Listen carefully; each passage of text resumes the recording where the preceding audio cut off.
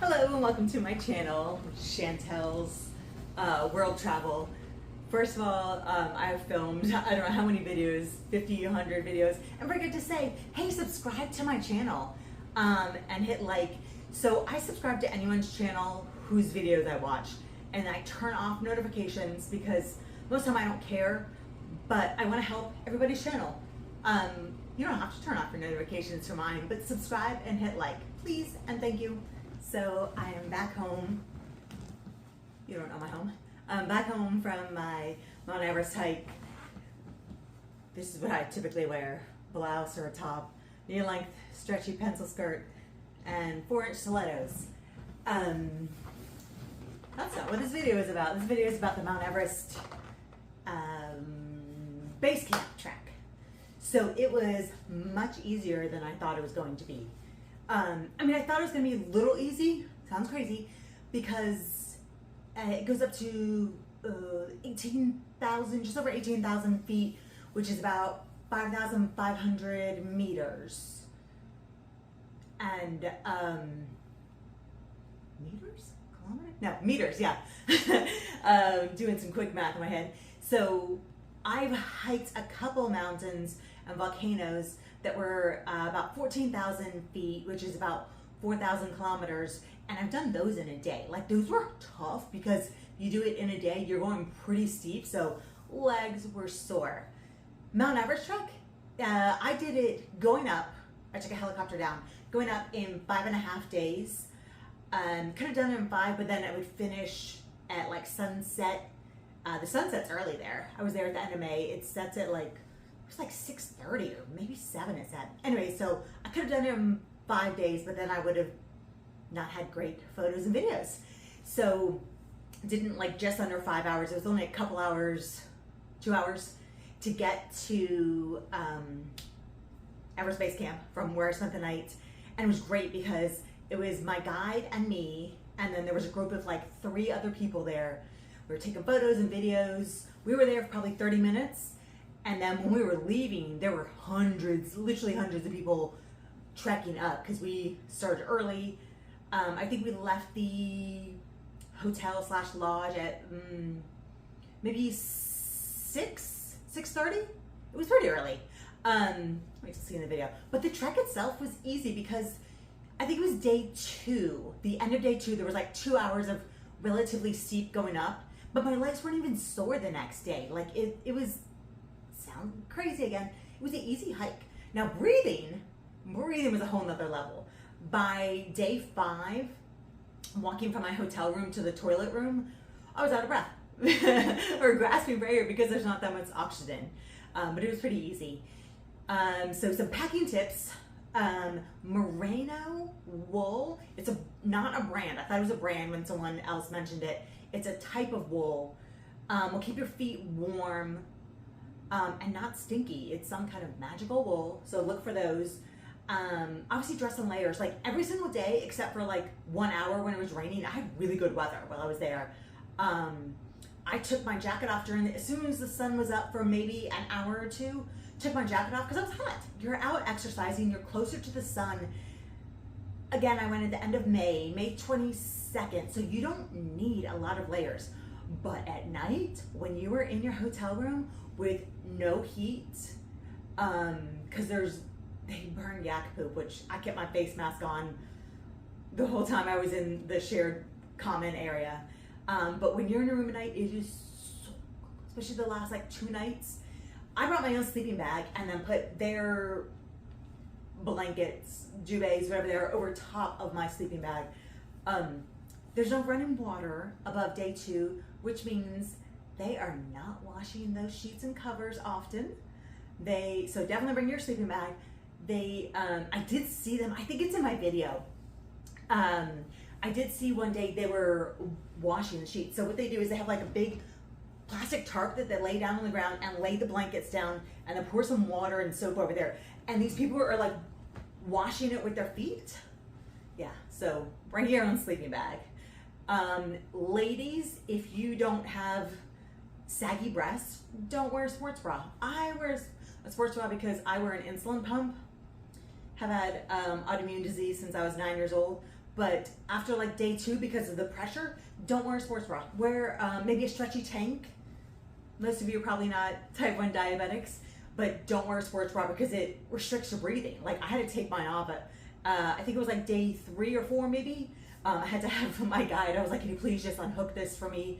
And then I just didn't wear a sports bra at all after that, and just I hooked my insulin pump just on my shirt. Some other tips are, bring rubber-soled shoes. I bought like swimming shoes, beach shoes, I don't know what they're called, and then I put like an extra gel layer in there for using the toilet rooms, because the first 2 nights I had a ensuite bathroom. After that, there is, and I think even on day 1 or day 2, depending on where you stay, it's just a shared toilet room. There's no showers because there's no running water. I took my last shower night 2 in Namche. After that, there's no running water, so the toilet rooms, part of it, there's water on the ground, urine on the ground. Part of that is because the men and women use the same one, and I don't know, toilet holes are pretty big. I don't know how men cannot aim to pee in there. I don't know. But they're pretty yucky. So there's no running water, so there is these buckets of water that are like this high, and there's a scoop. So bring a rubber glove, because after someone poops, they touch that bucket, that handle, because that's how you flush the toilet. So bring a rubber glove, or bring extra toilet paper to scoop, and then you pour it into the toilet. That's how you flush the toilet, because again, no running water. Bring your own toilet paper, because there's not toilet paper. So I brought 2 sets. I brought a cheap toilet paper to line the seat, because if I'm peeing, I just hover above the seats. But if you have to have a bowel movement, it's sat. But I brought the cheap toilet paper because I don't want to waste good toilet paper to line the seats, and then my good toilet paper, and then obviously butt wipes. So baby wipes are like half the price of Charmin wipes, so I just buy the baby wipes. Same thing. They don't know your age, so not as nice toilet paper to line the seat. Nice toilet paper to use, and butt wipes. Make sure to bring those. I brought my own soap because there are places to wash our hands, but there's not soap. So I bring, I got them on Amazon. I think they were $6, $7, $8 US. I don't know, they were not many dollars for 50 slices. They're like a slice of a bar of soap. So it's just like a teeny slice, like thinner than a slice of piece of paper, and it comes in like a little metal container. I took it out of the metal container and put it in a closed top bag because it's lighter. Bring your own soap, because the places that there actually are soap, wow, I cannot speak today. That soap is filthy. Like, I don't want to touch dirty soap and wash my hands. So again, for the sink to wash your hand, it's like a Gatorade style big bucket that you push a button, wash your hands, brush your teeth. There's some other tips. So bring a face mask, because inhaling yak poop in the shared common area where you eat your breakfast and dinner is not what I consider desirable when I'm trying to eat my food.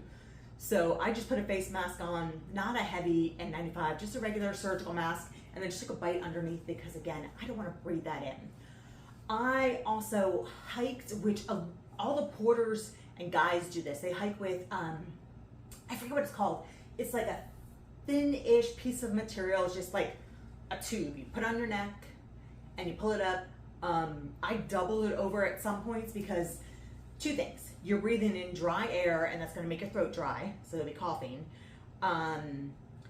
You are also breathing, 3 things. You're breathing in the dirt and dust, because after like day 2, depending on how slow you go, maybe day 3 if you're slow, there is not grass, and so it's just dirt. So it's cold, dry, and dirt, and wind that's blowing that up, and you don't want that dirt in your throat. And also, one of the most important things to me is the smell of yak poop, horse poop, donkey poop, just every single, like, you cannot avoid. There's not a place on the trail where there's not poop. So I am not a fan of breathing in poop while I hike or just any time. So bring one of those things. Again, I don't know what they're called. Buff, I think they might be called a buff. Or gator, there's some weird name for them. Anyways, it's a tube of like polyester type material, and put on your face. And like I said, when it's either really cold or really windy and you're getting all that dirt and dust and poop, double it over, because those things are long. Double over, put your nose. Let's see, what else? Bring 2 pairs of gloves. So I only wore my gloves outside, like in the early morning when it was cold enough, because afterwards you get warm. But bring a pair of like knit gloves for sleeping, or thicker gloves for sleeping, because it's cold.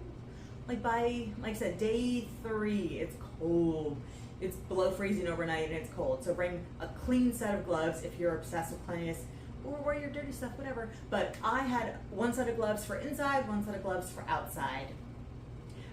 For like trying to put everything, I had a jumbo, like a 45-gallon jumbo backpack that I put everything in, and then I had my day bag.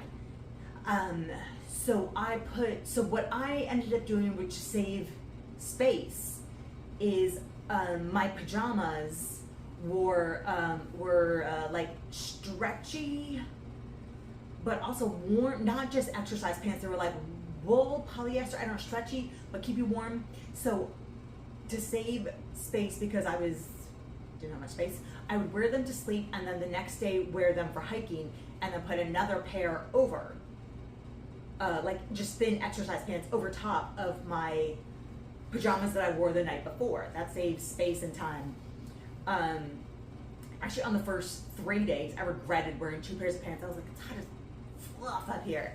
When you're exercising and it's just like a little bit above freezing, like Fahrenheit, I think it was like 42.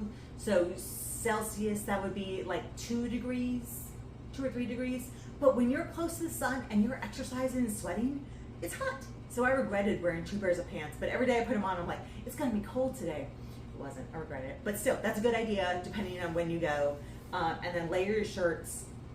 So I had melanoma, and a pretty big scar from there to there. So to protect yourself from the sun, so if you buy those sun protection shirts that say 50 SPF, those will not protect you against skin cancer.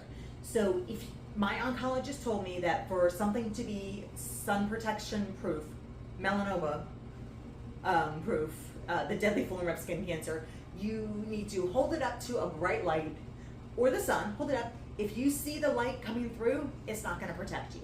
Now if you see the light just a teeny tiny bit, it's fine, but if you hold it up and you see all that bright light, that's not protecting you from the sun. So wear 2 or 3 sun protection shirts, or wear multiples, because those don't protect you. Unless it's like the really thick kind, which again, if you hold up to the sun and you don't see the sun through it, it's gonna protect you from skin cancer. That is per my oncologist. Wear a sun protection hat too. So I have a lot of hair.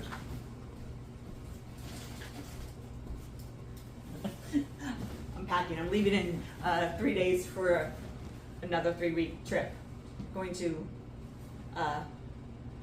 Strait of Hormuz, or very close to Strait of Hormuz, where there's a current war going on right now, and then Ethiopia and Tunisia. But this sun protection hat lets you put your ponytail through there, or a bun, or put your hair through there, because